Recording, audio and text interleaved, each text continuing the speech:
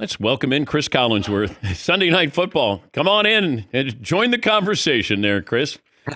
Good to have People you. just tell me to shut up all the time. It doesn't matter what I'm talking about. Do you look at the comments after a game? Negative. No, no, no, no, I do not. Did you?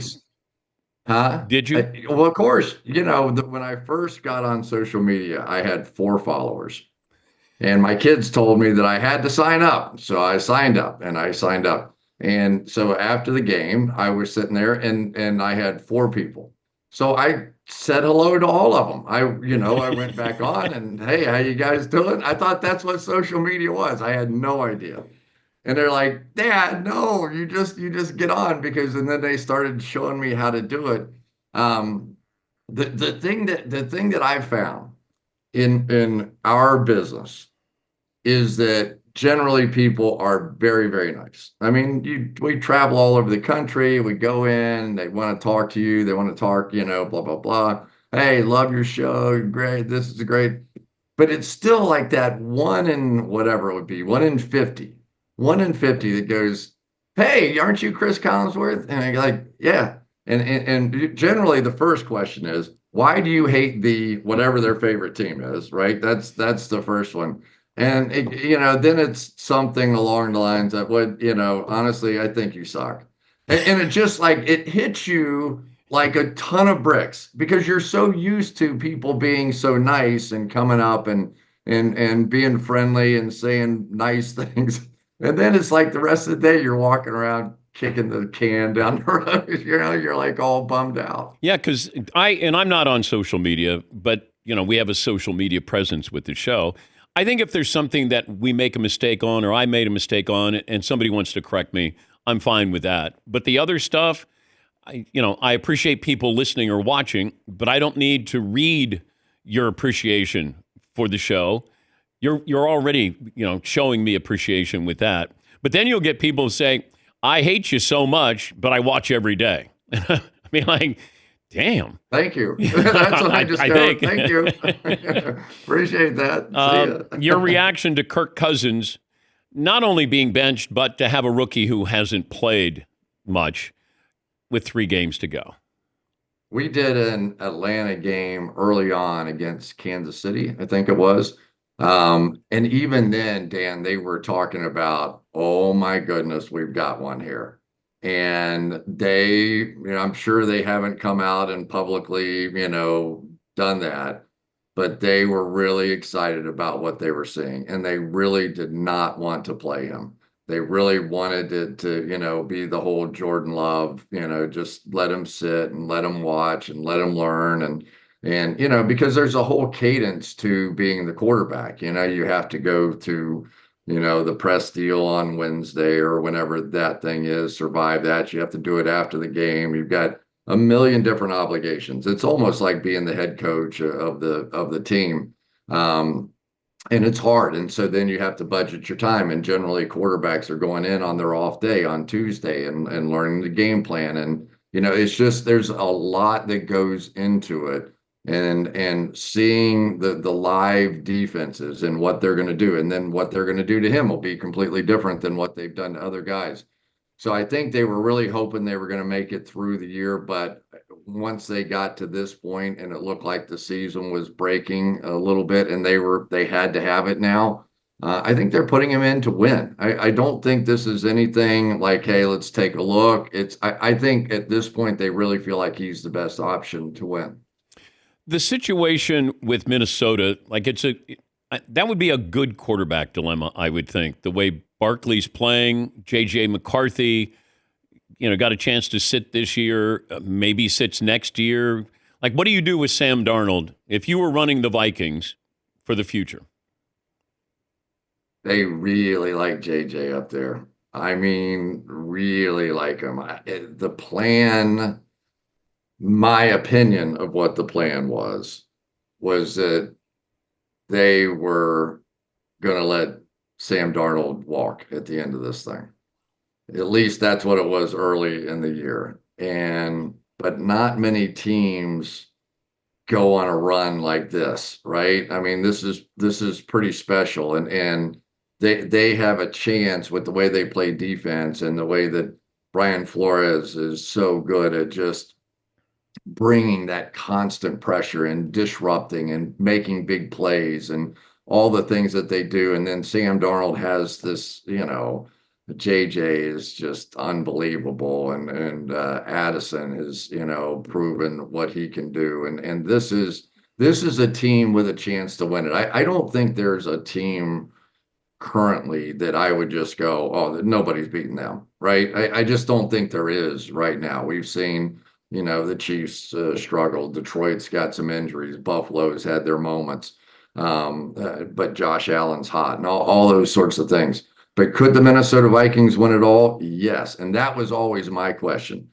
That's the whole thing. Everybody's got a plan until they get punched in the face. Everybody's got a plan until you win a Super Bowl, or you make it to the Super Bowl, or you make it to the championship game. And I was trying to determine what was the cutoff at which Sam Darnold would have to be your quarterback, right? I mean, there's no going back. If you win a Super Bowl, Sam Darnold has to come back and be the quarterback, doesn't he?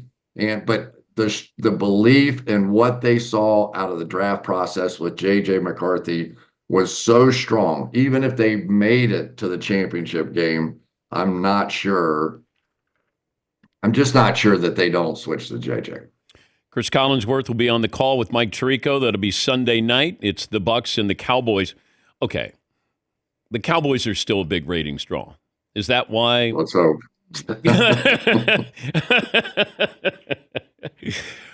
But is that why you don't flex out of that game?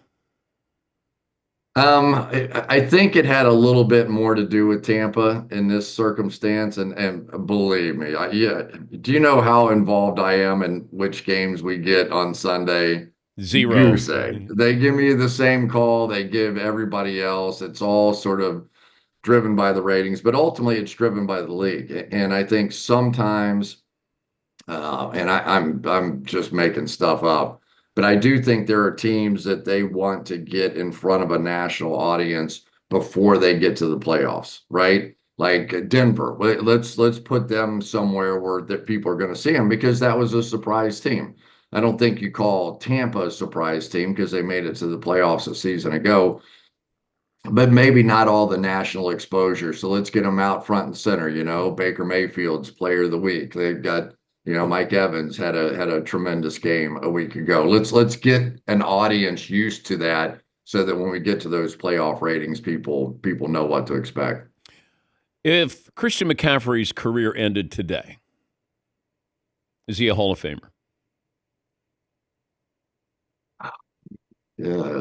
I mean, he was the best player at his position for a couple of years, I would say, probably at least.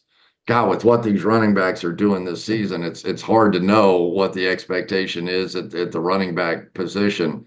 But Christian McCaffrey was my first overall pick in my fantasy league. So, yeah, I've got a little personal You're mad at him. jab in the heart on that one. So, but, he is a very unique player. Marshall Faulk-like is how I would describe him. And, when Marshall Faulk was healthy and playing well, that ability, that 1-2 punch, the tough running inside and what he does as a receiver. What they probably have missed the most this year is the ability to do, that little horizontal motion that they do with him, and they just create one-on-ones. Well, teams were having to double team him at the running back position, wow, which was opening up Debo and all those guys, Ayuk, to get one-on-one routes, and it's why you saw some big plays down the field. So, yeah, it's tight, but yeah.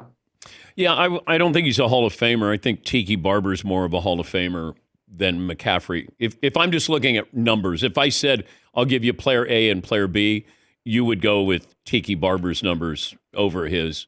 Ricky Waters, look at his numbers. 10,000 yards rushing. He was a great receiver out of the backfield. Fred Taylor, 11,000 yards. It's weird how we're trying to grade running backs, because Roger Craig was a wonderful running back and was doing this hybrid stuff back then for the Niners. So I don't envy Hall of Fame voters trying to tell me who a Hall of Famer is at that position. Yeah, it's my position. My position on the position has probably evolved over time. We had James Brooks here when I was playing, and James was a tremendous receiver, and the ability for him to be basically a wideout helped our offense so much. And I think that today, even though, some of these running backs can certainly, King Henry can certainly catch the ball, Barkley can catch the ball.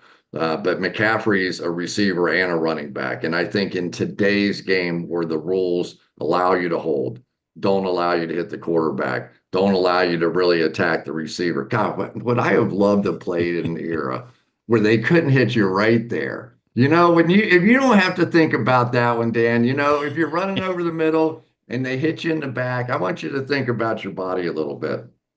Behind you, right? Behind you, the back of your head's hard. You've got ribs all the way down. You've got soft tissue. If you get hit in the butt, doesn't hurt that much. Get hit in the hamstring cap. None of that stuff hurts. It's like it's all made soft.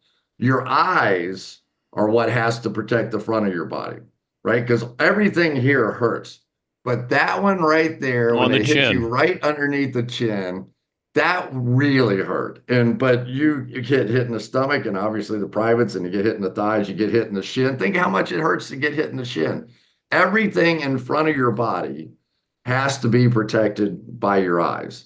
And I don't even know why I got in that. But it's a really interesting thing. Someday when you're at a cocktail party and you're about 3 beers in, you're going to love that story. You're going to say, you know what? Think about football players, and they have to protect the front of their body with their eyes. Did you wear a protective cup? I did not. No, I don't know of anybody that did. I could barely stand to wear it in baseball because it was like, you always walked like a cowboy, no matter what. You got to kind of walk around that thing. You can't just swing straight. That's not good. Before I let you go, the first of its kind Madden NFL cast on Peacock during the Texans and the Chiefs. Were you a voice on the Madden game at some point? Yes, I was for like 3 years, and I know why John quit. Like it's the Madden is maddening. So let me tell you what they do. I'm not even kidding you. You get a book. I wish I had a book around here somewhere. I mean, this thing's like this thick, and you're there for 3 or 4 days, and you just take the book. And I'm not kidding you. I'm sitting there and I'm reading this thing. It's like, all right, I'm on this chapter, and it's like Peyton Manning just threw his second interception of the game on that outcut. Peyton Manning back to pass. Oh, he just threw his third interception of the game. I got up to Peyton Manning just threw his 17th interception in the first half. And I am not kidding you. If anybody ever got to 17 interceptions when I was doing that, I don't know if they threw it out of the game. I said, somebody shoot that SOB. That ain't Peyton Manning out there. I mean, it's like you lose your mind after a little while doing this game. And nobody ever does it longer than like 3 years. That's it. They're out. There you go crazy. It'll be Noah Eagle, Todd Blackledge. That'll be Saturday at 1 Eastern, the first of its kind Madden NFL cast on Peacock. But Chris will be on the call with Mike Tirico, Melissa Stark. That'll be Bucks Cowboys Sunday night, 8:20 Eastern. My best to the family. Merry Christmas to you. Thanks for joining us. Merry Christmas, and keep reminding people you protect the front of your body with your eyes. Yeah, thank you. There. That's Cris Collinsworth there.